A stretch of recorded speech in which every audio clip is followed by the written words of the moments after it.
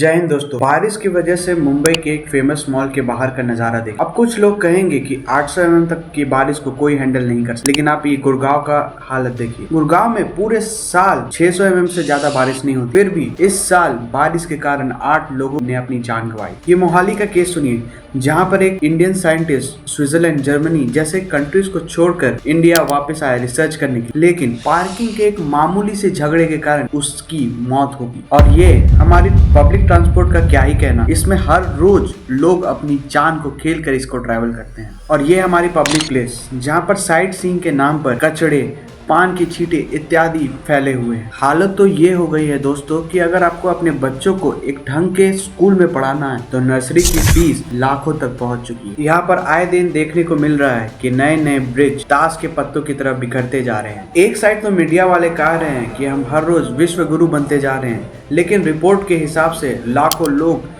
भारत देश का पलायन कर रहे हैं। मैं आपसे पूछना चाहूंगा दोस्तों, क्या एक ऑनेस्ट टैक्स पेयर के पास भारत छोड़ के जाने के अलावा कोई और चारा नहीं बचा है? भारत को आप देखें दो लेंसेज से तो साफ साफ पता चल रहा है कि एक लेंस में भारत हर रोज विश्व गुरु बन रहा है, लेकिन दूसरे लेंस में भारत की हालत बहुत ही ज्यादा खस्ता है। दोस्तों, हमारी सरकार कहती है कि हम ड्रोन बनाकर सरकारी कामों का जायजा कर ले रहे हैं। सरकारी कामों की क्वालिटी को भी देखना है, तो मुझे जरूरी नहीं कि मैं पहले से बता दूं कि मुझे वहां इंस्पेक्शन के लिए जाना है, तो फिर तो सब कुछ ठीक ठाक हो ही जाएगा। मैं ड्रोन भेज दूं, पता वही लेकर के आ जाता है और उनको पता तक नहीं चलता है कि मैंने जानकारी। लेकिन अब हमें ये हालत कैसे दिख रही है? यहाँ तक कि दोस्तों अपर क्लास और मिडिल क्लास देश छोड़कर जा ही रहे थे, अब भारत सरकार लोअर क्लास को भी बाहर भेज रहे हैं। हमें तो ये रील से पता चलता है कि अफ्रीका के कुछ देश हमसे साफ, सुंदर और वेल ऑर्गेनाइज्ड है। यहाँ तक कि दोस्तों बैंकरप्ट हो चुका श्रीलंका भी, जो कि हमारे लोन पे सरवाइव कर रहा है, वहाँ का भी हवा पानी भारत से बहुत ही ज्यादा अच्छा। ऐसे आम आदमी को आप कब तक पागल बनाओगे? जरा दोस्तों आप खुद ही सोचिए कि वेस्टर्न कंट्रीज में अगर आपको पैसे और नौकरी ये सब की कोई टेंशन ना हो, तो मैं आपसे पूछना चाहूंगा, अपने दिल पर हाथ रख के बताइएगा, क्या आप वहाँ नहीं जाना चाहेंगे? मुझे पता है आप कमेंट सेक्शन में कुछ बोलेंगे कि 2014 से पहले ऐसा ही हालत था। क्या नहीं था? हमारी सिटीज भी वर्ल्ड क्लास नहीं थी, इसलिए तो हमने चेंज लाया। कहते हैं दोस्तों कि ना खाऊंगा और ना खाने दूंगा, तो ये इन्फ्लेशन की हालत भारत में क्यों आ रही है? दोस्तों, देश में एक प्राइवेट सेक्टर ही ऐसा है जहाँ रिजर्वेशन नहीं है।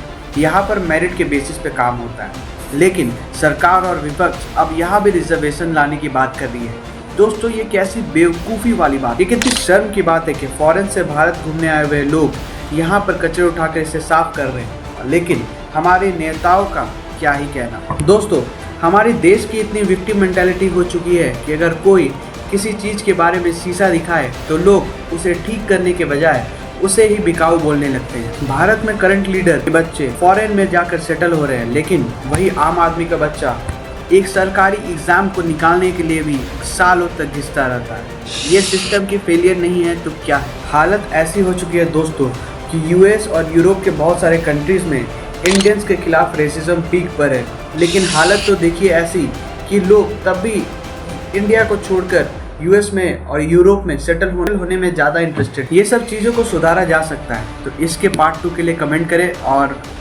देश को सुधारें। जय हिंद, जय भारत।